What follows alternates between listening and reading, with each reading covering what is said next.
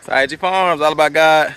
Yeah, I just got done farm chores this morning, and I'm just kind of walking around, getting an idea for what all I want to get done this week. Today is Monday, by the way, and just trying to get an idea for what all I want to get done this week.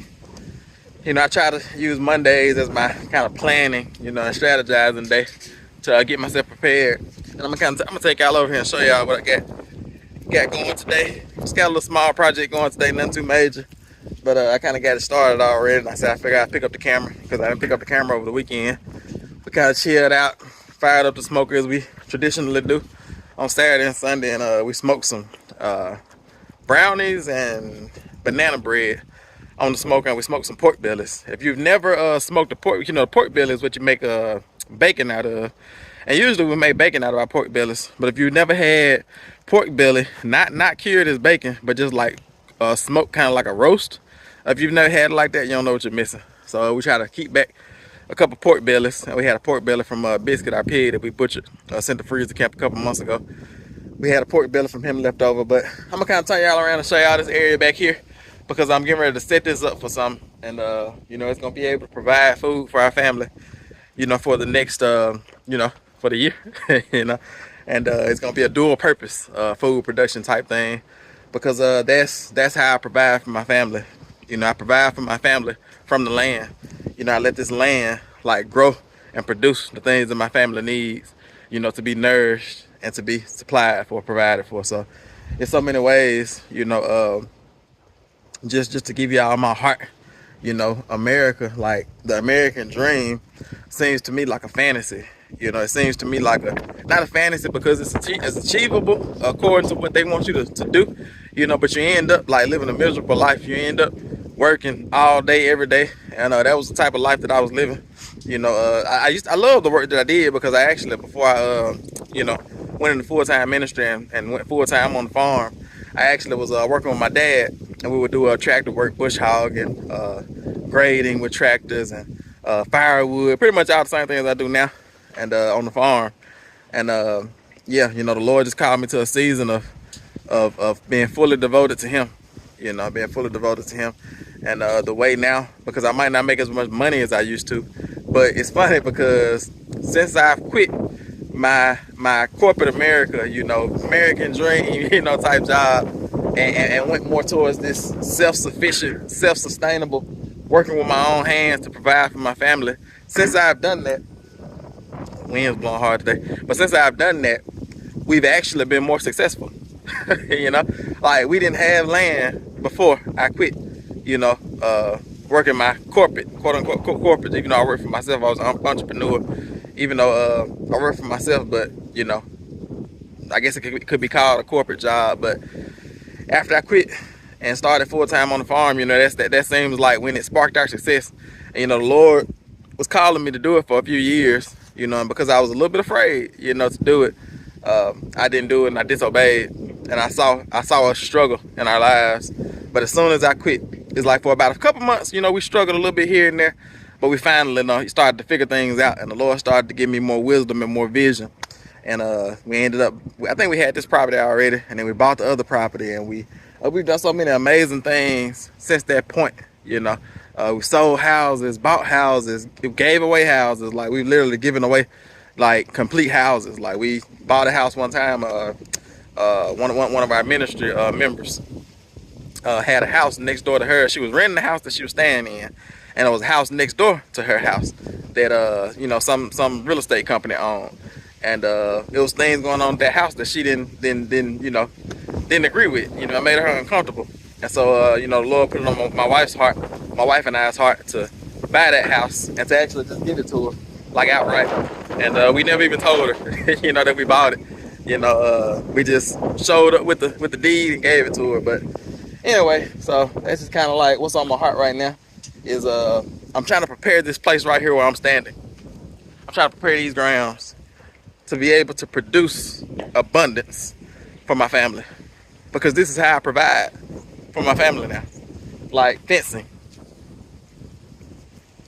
dirt, like raising these animals and like putting food in the ground. That's how I provide for my family now.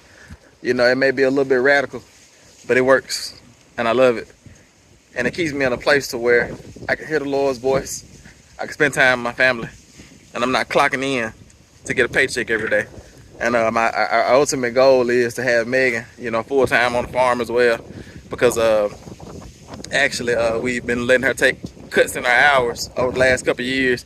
Each year we get closer and closer to our goal, because at first Megan and I were both working 9 to 5, you know, and when our kids were in daycare, public school, you know, all that type of stuff. And so eventually, you know, I quit my job, and then we were able to take the kids out of public school and out of daycare and start homeschooling. And then as things started to get developed and I started to have more time on the farm to actually grow our own food and get these systems in place to where we wouldn't need as much money, and where we started to get out of debt, then we started to cut back Megan's hours from 9 to 5 to now she goes in at 9 and gets off at 1, you know.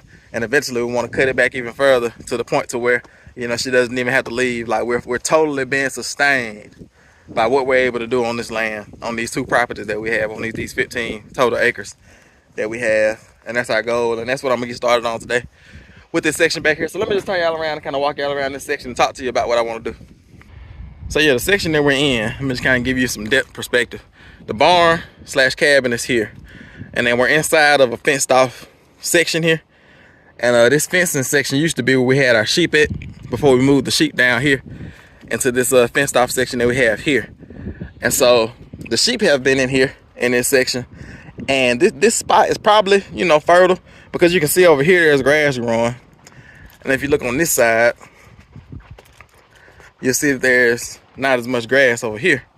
And so what I'm about to do is, because it's about to be gardening and planting season, and around here you have to have fences around your gardens, or the deer are just gonna eat it all up, you know. And so we have this fenced off section, and I want to put a garden here, you know, come spring pretty soon. And I want to get it all tilled up and get it all, you know, broke up and get all the grass taken out of here and get a good garden planted in here. And like I said, the sheep were in here, so there is a little bit of, you know, organic material here.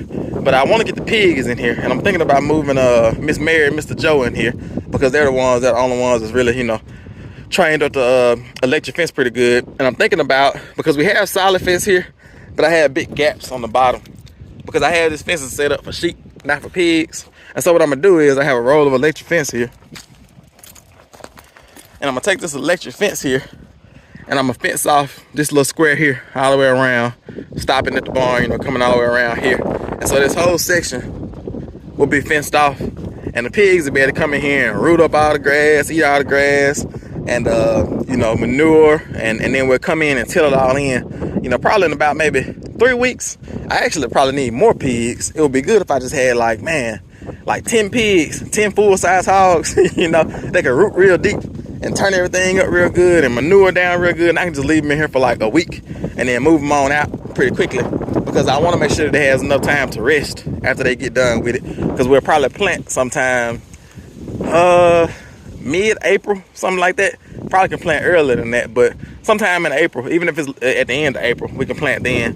So I just want to make sure it has enough time to rest after the pigs leave out of here, and I want to make sure they have enough time to drop a whole lot of organic material.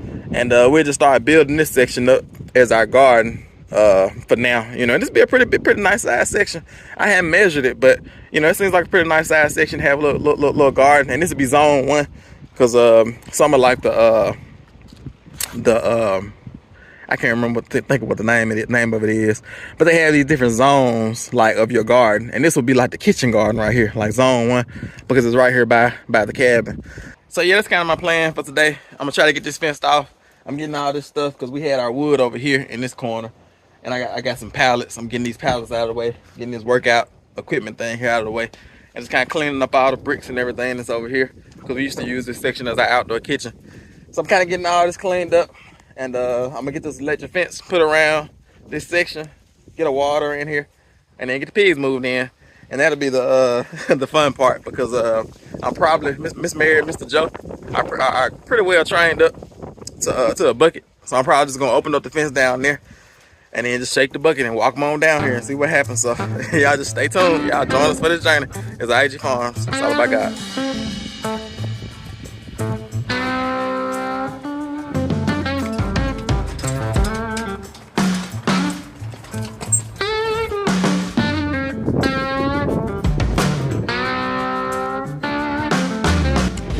don't know how, but I'm always short on electric fence.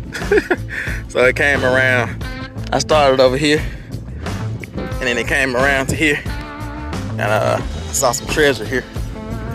It's some charcoal, some burnt wood is not burnt all the way down. So I'm gonna take this wood and kind of put it off in there and let them. That'd be natural dewormer for them. So that's amazing right there. And yes, I need to get another roll of electric fence, and then come on and attach these two ends together and get them pounded into the ground.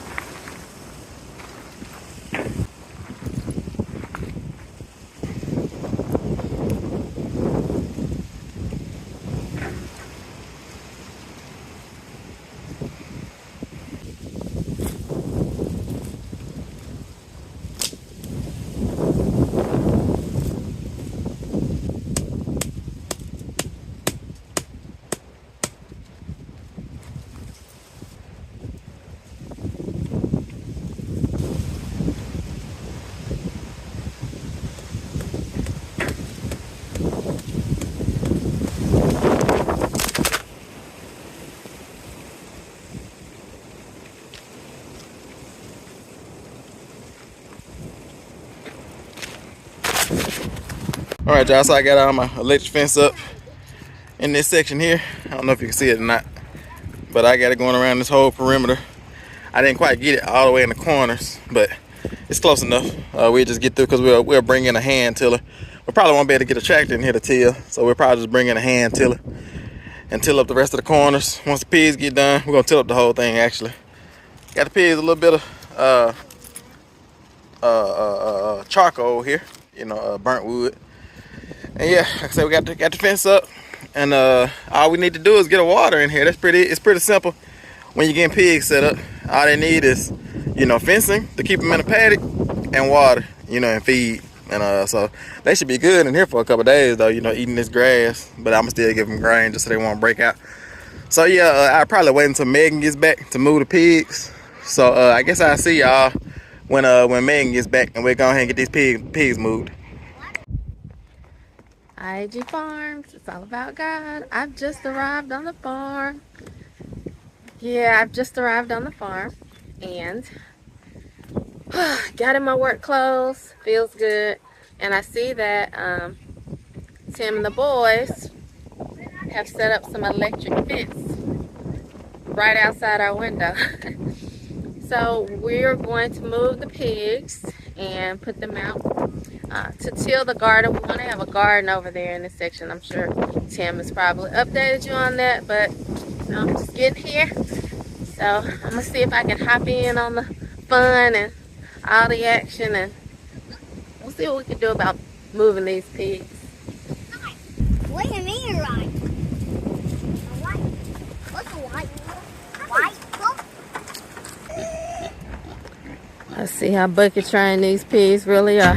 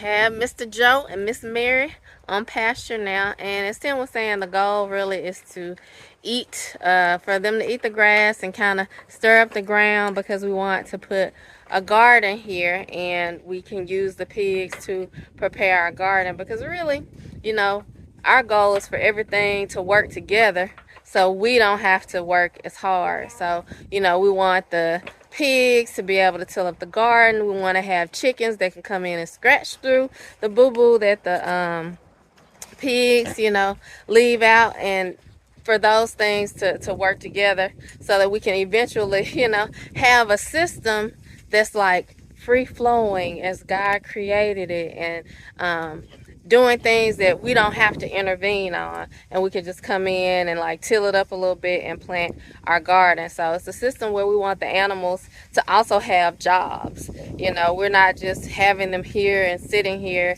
and just feeding them, but we want them also to be like performing double duty. We want the animals to also have jobs and also to be able to do things on the farm and like carry their own weight. So this is our way of using our pigs as workers. Not too long of a video today, y'all. Not too complex, just simple, you know, farm life. But we're gonna end today's video here. It's I.A.G Farms. It's all about God. We'll see y'all on the next one.